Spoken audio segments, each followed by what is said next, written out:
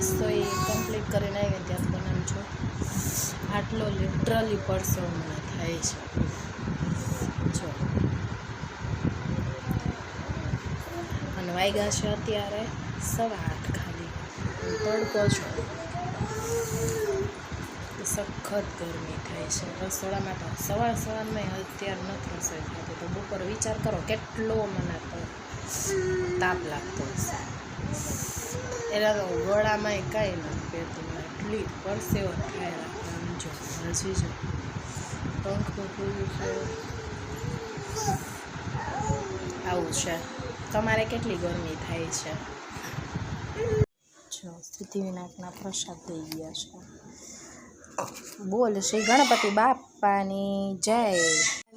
નહીં અમે કાલ 5 બોટલ લીધી હતી અને પાસ્તા લીધા હતા. મોલે ખાલી એટલું જ કામ માટે ગયા હતા. અને જો પેકેટ ઉપર પેકેટ 2-3 પ્રોટીન લીધા ને 5 ચા લીધા હતા. બધાય પૂરા કરી નાખ્યા 2 ભાઈ બેને. હવે ચાલો ફટાફટ હવે ઘી ને એ થઈ ગયું છે તો આપણે કાઢી લઈ. એ થઈ ગયું જો અહીંયા મેં કાઢી લીધું છે.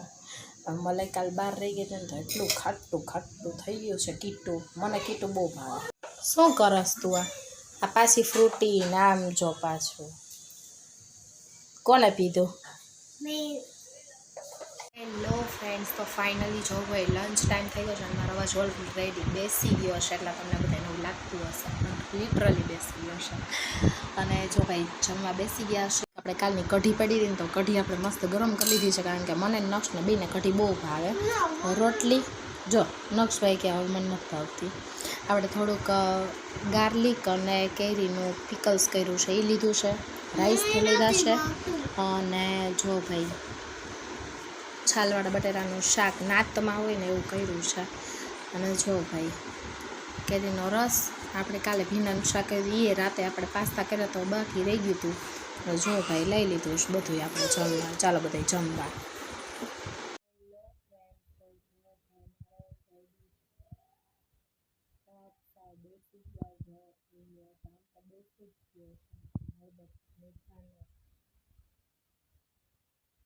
પાણીમાં નાખીને ગરમ પાણીમાં કોગળા કર્યા પણ નથી એટલું બધું મજા થાય. નાકે બંધ થઈ ગયું છે. અત્યારનો મેનુ છે ને ખાલી ખીચડી છે અને આપણે સવારનું શાક છે એ રહી દીધું છે તો એમાં કાંદા ટમેટાને એડ કરી બનાવી નાખવાનું ફટાફટ અને ભાખરી કરવાની છે. આવું મેનુ છે. ચાલો ફટાફટ રસોઈ કરી નાખીને જલ્દી પછી આપણે રૂમમાં રહ્યા છે. લિટરલી તો ગરમી એટલી બધી આમ ચીપચીપાઈ જેવી થઈ ગઈ છે. ચાલો ફટાફટ રસોઈ બનાવવાની છે. એવું નહીં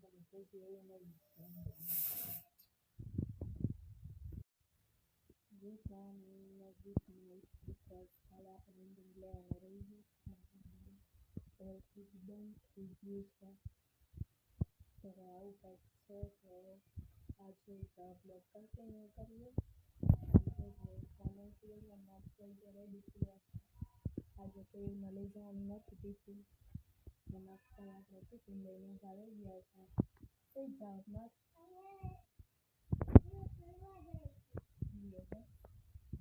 તો ફ્રેન્ડ્સ, તો જો કે આપણે ફાઇનલી બેસી ગયા છીએ જમવા.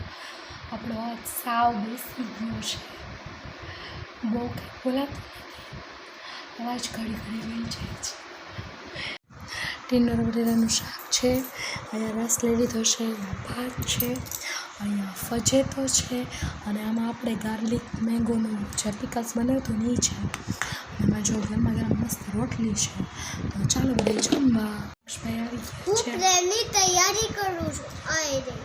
ઓકે, કશે જવું છે? આપણે નાનીના ઘર, આપણે હજી જામનગર છે. આપણે હવે નાનીના ઘર જવાનું છે. નાનીનું ઘર ક્યાં છે? અહીંયા છે. આપણે કાકાને આવશું. આવી ચાવ્યા શેમાં જાવ નાનીનું ઘરે? ગાડી હોય ને ટ્રેનમાં ફટાફટ જમી લે. હેલો ફ્રેન્ડ્સ, તો જો ભાઈ ઇવનિંગનો ટાઈમ થઈ ગયો છે અને બહારનું જે વેધર છે ને લિટરલી એટલું વરસાદી વાતાવરણ છે અને રાજકોટ મારા મમ્મી મારું પિયર રાજકોટ છે તો રાજકોટથી મારા મમ્મી એ કહેતા હતા કે બહુ જ વરસાદ અત્યારે આવ્યો છે બિકોઝ અત્યારે મારા મમ્મીની લોકો મેરેજમાં છે તો એમને જવું તું તો બી એટલો કે વરસાદ એટલો બધો કાલ રાતે એટલો બધો વરસાદ હતો ને અત્યારે એટલો બધો વરસાદ છે તો તૈયાર થઈને બેઠા છે હજી સુધી નીકળી નથી સહી અને લિટરલી આપણો અવાજ સાવ બેસી ગયો છે હવે સાકરને બધું ખાધું વિક્સ ખાધી પછી કઈ સ્ટ્રેપ્સિલ ખાધી અને હવે અંતે સાકર ખાધી પણ આપણને કાંઈ ફેર પડ્યો નથી હવે જોઈએ ક્યારે ખુલે છે એટલે આજે બહુ બોલાતું નથી એટલે વ્લોગ સાવ ઓછો લીધો છે મેં બિકોઝ અંદર મને બહુ જ મને એમ લાગે છે કે મને ટોન્સિલ થઈ ગયા છે બિકોઝ મને બહુ જ અહીંયા પેઇન થાય છે હવે જોઈએ કાલ કદાચ કાં તો કેવું રાજે વહેલા આવી જાય તો આપણે બતાવી આવીએ બહુ જ પેઇન થાય છે લિટરલી હેલો ફ્રેન્ડ્સ તો જો ભાઈ ઇવનિંગનો ટાઈમ થઈ ગયો છે ને ઓલરેડી જો ભાઈ આવી રીતે અમે કંઈક નક્સના ટોયસ ગોઠવી છે અને અહીંયા જો આપણે બનાવવાના છે તેમ સાંભાર ને રાઈસ ખાલી અને ફ્રાઈન્સને બધું ઘણું બધું તળીને મેં રાખી દીધું છે સસરામાં અલગ જ હોય એને માટે પલાળ્યું છે અલગથી છે ને આપણે રવો ચોખાનો લોટ ગાજર કાંદો કોબીજ પછી ઓરેગનો ચીલી ફ્લેક્સ એ મિક્સ નાખી અને ઉત્તપમ જેવું કરી દઈશું પણ અમે લોકો સાંભારને રાઈસ ખાશું બસ મારા સસરા અમારાથી અલગ જ હોય અને ન ભાવે સાંભારને રાઈસ તો આવું કંઈક છે અમે કુકર એના માટે ચડાવી દીધું છે ને અહીંયા જો આપણે રાઈસ પલાળી દીધા છે મારી માટે લઈ આવ્યા છે પીસ જે મને બહુ ભાવે છે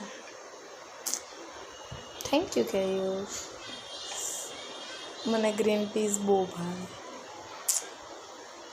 આ તળેલા છે અને આપણે હળદર અને સુકાયેલા આપણે નાસ્તામાં ખાઈ શકાય ને એવા મસ્ત હોય છે આ છે ને હળદરવાળા સરસ આવે છે મેં આની પહેલી લીધા હતા ને એ છે ને એકદમ ગ્રીન હતા આમાં છે ને થોડીક એ લોકો હળદર નાખે છે તો મને એવા લિટરલી વધારે ગમે છે આવું કંઈક છે વેધર અત્યારે જો ભાઈ હું મારા ઓટીએસમાં આવી ગઈ છું અને વેધર અત્યારે બહુ જ ખરાબ છે જો અમારી પાછળ આ રીતનું બિલ્ડિંગ થયું છે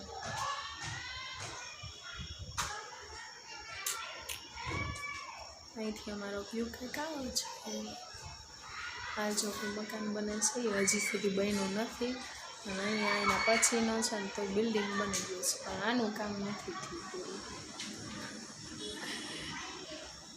અહીંયા અમારા નવા પ્લાન્ટ આવી ગયા છે જો એક આ નવું લીધું છે અને આ અહીંયા હતું પણ આ છે ને થોડોક થતો નહોતો એટલે થોડુંક નવું એડ કર્યું છે જો બેસી ગયા છે હિંચકા ખાવા નાઈસ બહાર એટલો પવન આવે છે અને અંદર સાવ આવતો જ નથી અત્યારના સમાચારમાં બ્લેકઆઉટ અમદાવાદ કરવાનો ફરમાન આવી ગયું છે 7:30 થી 8 વાગ્યા સુધીનો તો યુદ્ધની તૈયારી ફાઇનલી થઈ ગઈ છે એવું લાગે છે હવે પછી તો આગે ગોરખ જાગે એના જેવું કામકાજ છે જોઈએ ફાઇનલી પહેલગામ ઉપર જ્યાં હુમલો થયો તો એનો બદલો આપણે ઇન્ડિયાવાળા લઈ છીએ કે નહીં